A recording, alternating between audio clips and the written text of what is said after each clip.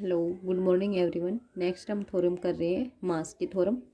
मास के थ्योरम में क्या कह रहे हैं कि let F is a field of complex number, कि एफ आपके पास फील्ड है किसकी, कॉम्प्लेक्स नंबर की, and G is a finite group, और जी आपके पास एक फाइनाइट ग्रुप है। देन एफ जी आपके किसके आइसोमॉर्फिक होंगे, F N one direct sum of F N two direct sum of कहाँ तक, एफ ए एन के तक। ये N one N two N K आपके पास क्या है, कुछ पॉजिटिव इंटीजर्स हैं।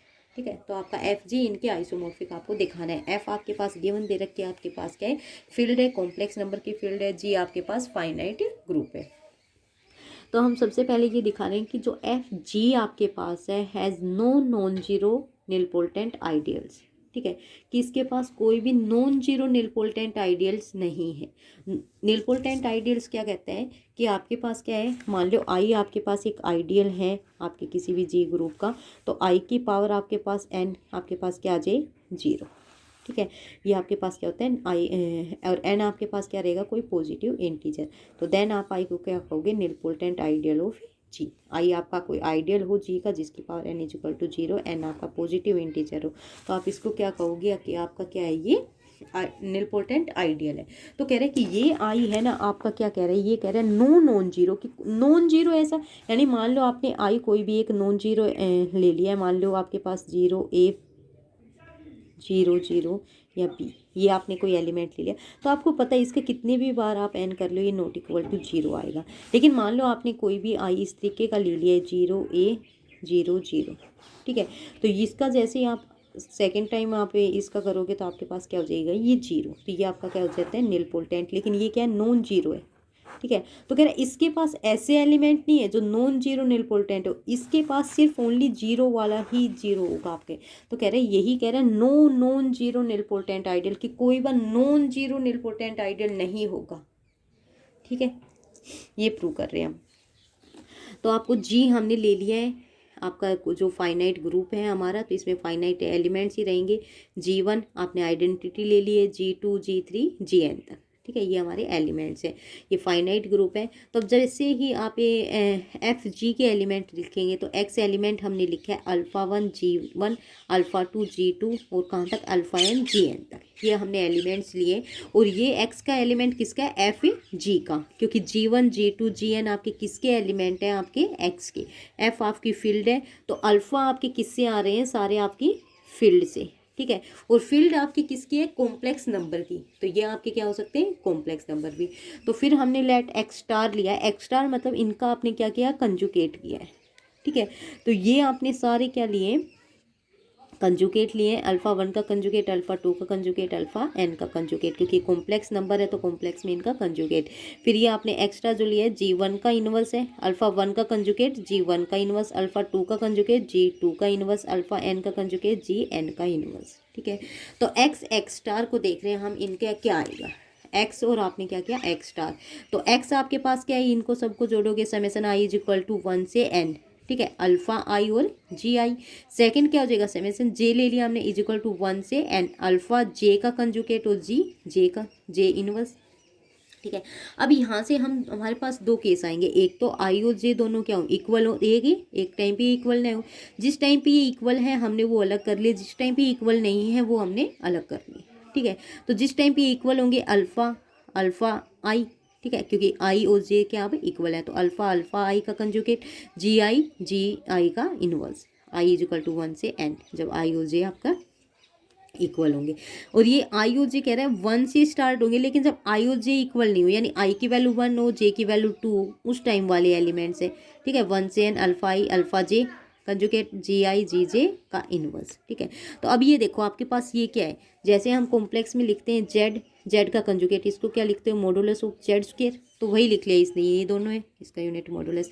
जी सेम एलिमेंट है, उसी का इनवर्स, आइडेंटिटी आ गई। ठीक है, अब यहाँ से हमने ये लिया कि जो ये एलिमेंट है आपके, ठीक है, अल्फा आई अल्फा जे का कंजुगेट, ये कोई ना कोई एक और एलिमेंट देंगे, दोनों फील्ड के एलिमेंट है, दोनों का आपने, दोनों के बीच में आपने जो ऑपरेशन लगाया उसके बाद भी किस में जाएंगे, फील्ड में ही जाएंगे, तो एक फील्ड का एलिमेंट देंगे, वो आपने क्या ले लिया है, बीटा आई। ठीक है, जी आई आप एलिमेंट ले रहे हो, जी जे एलिमेंट इनवर्स दूसरे का, तो ये आपको पता है ये ग्रुप के एलिमेंट है, जब ग्रुप में ही जाएंगे, ठीक ठीक है। तो कोई ना कोई एक और एलिमेंट देंगे, वो आपने लिख लिए जी आई की वैल्यू 1 से n तक लिख दी, ठीक है। इस तरीके से एलिमेंट आएंगे।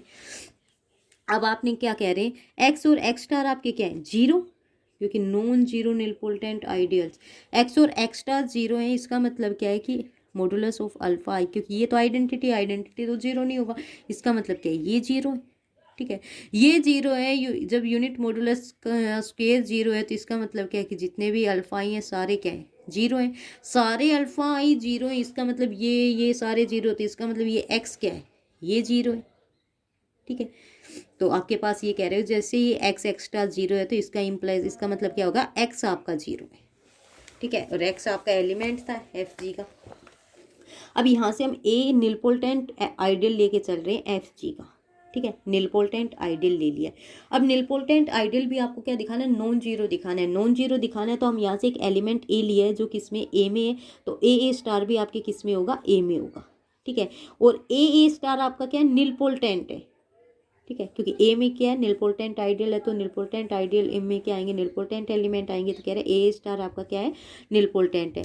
तो हम कह रहे हैं यहाँ पे निलपोल्टेंट है तो इसका मतलब कोई ना कोई पॉजिटिव इंटीजर एग्जिस्ट करेगा जो इनकी पावर में जाके क्या बनाएगा, जीरो। तो वो आप कह रहे हो वो आपका पॉजिटिव इवन इंटीजर आर है, ठीक है। ए स्टार क्या हो जाएगा, उसकी power R is equal to zero, ठीक है। अब यहाँ पे हमने यूज किया इवन इंटीजर, ठीक है। अब हम इवन इंटीजर ले रहे हैं, बी एलिमेंट आपने ऐसा ले लिया जो इसका क्या रहेगा, ओड, सॉरी इसका क्या रहेगा, हाफ। तो बी आपने क्या ले लिया, ए स्टार की पावर आर बाई में 2, ठीक है। तो अब ये देखो बी आप कह रहे हो किसकी इक्वल है, ए स्टार और इसकी पावर हाफ बाई में 2। हम कह रहे हैं दोनों साइड स्क्वायर कर लो, तो स्क्वायर करोगे इसके मल्टीप्लिकेशन में 2 से 2 कैंसिल, ये आपके पास क्या गया, ए स्टार की पावर आर। और ये आप कह रहे हो कि ये निलपोल्टेंट है, उसकी power R is equal to zero, तो ये इक्वल टू जीरो, इसका मतलब B square is equal to zero, ठीक है। तो ये यही कह रहा है कि आपके पास क्या हो गया, ये B square is equal to zero. B square is equal to zero, इसका मतलब बी किसकी इक्वल है, बी स्टार के, या तो बी स्क्वायर इक्वल टू या B is equal to B star, ठीक है। अब B square is equal to zero और बी आपके बी स्टार के इक्वल है, तो बी इंटू में बी स्टार कर सकते हो, क्योंकि बी इंटू में क्या कर सकते हो इसको, ठीक है। तो यहाँ से क्या हो जाएगा, बी इंटू में B star is equal to zero, ठीक है। अब यहाँ पे आपको गिवन क्या है, B is equal to zero, तो इसका मतलब बी जीरो है, ये बी जीरो, तो ए स्टार की पावर आर बाई 2, ये भी क्या आपका जीरो है। तो इसी तरीके से हम इसी प्रोसेस को अपनाते रहेंगे और हमें कंटिन्यू चलते रहेंगे। तो कह रहे हैं a star is equal to zero, तो आपके पास क्या हो जाए, a is equal to zero, ठीक है। लास्ट में हमारे पास क्या आ जाएगा, a is equal to zero, यही प्रोसीजर, क्योंकि वह x star is equal to zero, then x is equal to zero, तो a star is equal to zero, hence a is equal to zero, ठीक है। जब ए जीरो आ गया तो आपके पास ए का आर्बिट्रेरी एलिमेंट था, इसका मतलब सारे एलिमेंट्स इसके क्या हैं, जीरो हैं, तो ए आपका क्या आ गया, जीरो। तो एफ जी के पास क्या आ गया, एक नॉन जीरो निलपोल्टेंट आइडियल आ गया जो हमें प्रूव करना था, ठीक है। नॉन जीरो निलपोल्टेंट आइडियल आ गया है। फर्दर हमें गिवन क्या है कि जी आपके पास क्या है, फाइनाइट ग्रुप है, तो एफ जी क्या हो जाएगा आपके पास, फाइनाइट डायमेंशनल आ जाएगी, फाइनाइट ग्रुप है तो फाइनाइट डायमेंशन है, algebraically with unity over the field F, ठीक है। एफ जी हमें क्या है, एफ जी आपके पास क्या है, आर्टेनियन रिंग, ठीक है, Artinian ring, then by Wedderburn Artinian theorem, Artin theorem हम ये पहले आपके पास गिवन है, उस थ्योरम से हमने ये रिजल्ट यूज किया है, ठीक है। ये थ्योरम आपके पास क्या कहती है, ये देखो क्या कहते हैं, वेडरबर्ट आर्टेन कि let R be a left या राइट आर्टेनियन रिंग है with unity and no non zero nilpotent ideal, की इसके पास कोई भी नॉन जीरो निलपोल्टेंट आइडियल नहीं रहेंगे, then R is isomorphic to a finite direct sum of the finite ring over the division ring, ठीक है। ये यहाँ से बता दें कि आर किसके आइसोमॉर्फिक होगा, कि डायरेक्ट सम, ठीक है, direct sum of matrix ring over division ring, ठीक है। तो अब डायरेक्ट सम के बारे में कह रहे हैं, तो हम यहाँ से भी हम क्या करेंगे, हम डायरेक्ट सम लगाएंगे, क्योंकि आपके पास नॉन जीरो आपने प्रूव कर दिया, और एफ जी आपके पास क्या आर्टेनियन रिंग है, और ये इसके पास क्या है कि नॉन जीरो निलपोल्टेंट आइडियल्स आ गया, तो इसका मतलब ये किसकी कंडीशन को फॉलो कर रहे हैं, यहाँ से हम वेडबर्न आर्टेनियन थ्योरम लगाएंगे, तो एफ जी किसके आइसोमॉर्फिक हो जाएगा, direct sum of the division में, ठीक है। तो आपने DN1 DN के तक डायरेक्ट सम कर दिया। अब ये सारी आपकी क्या है, डिवीजन रिंग्स है, क्योंकि वहाँ पे क्या है, डिवीजन आ रहा है। तो आपने आई की वैल्यू 1 से कहाँ तक है, के तक है, 1 2 ये के तक हमने ये ले लिया है। तो हम कह रहे हैं कि यहाँ पे जितने भी डी एन आई हैं ये आपके सारे किसको कंटेन करेंगे, के हैफिनेट सी सेंटर। सो डी एन आई ये आपके पास क्या फाइनाइट डायमेंशनल है, क्योंकि जी फाइनाइट है यहाँ पे, तो ये भी आपके पास क्या रहेगा, फाइनाइट डायमेंशनल एल्जेब्रा ओवर के। ठीक है, तो ए बिलोंग करवा दिया आपने डी आई में। ठीक है, तो डी आई के क्योंकि फाइनाइट है, ठीक है, फाइनाइट है, तो ये डी आई के इसकी जो आपके पास डायमेंशन आएगी वो आपके पास क्या क्या कह रहे हैं हम, क्या है, एन है। एन है तो ए एलिमेंट इसके अंदर बिलोंग किया था, ये एन है, तो इसका मतलब ये वाले 1 ए स्क्वेयर ए एन ये सारे क्या लीनियरली डिपेंडेंट है ओवर के। ठीक है, के ओवर में ये सारे क्या हो जाएंगे, लीनियरली डिपेंडेंट। ठीक है, जैसे ये लीनियरली डिपेंडेंट हो गए, हमें पता है जैसे लीनियरली इंडिपेंडेंट या डिपेंडेंट की थ्योरम करते हैं तो हम जब इंडिपेंडेंट होते हैं तो हम ये कहते हैं कि उसके सारे कोफिशिएंट क्या होंगे, जीरो, और डिपेंडेंट होता है तो हम ये कहते हैं कि सारे जीरो नहीं होंगे। तो वही कह रहे हैं ये alpha naught alpha one alpha naught all zero in K. ठीक है, सच दैट अल्फा नोट ये आपका इक्वल टू जीरो आ जाएगा।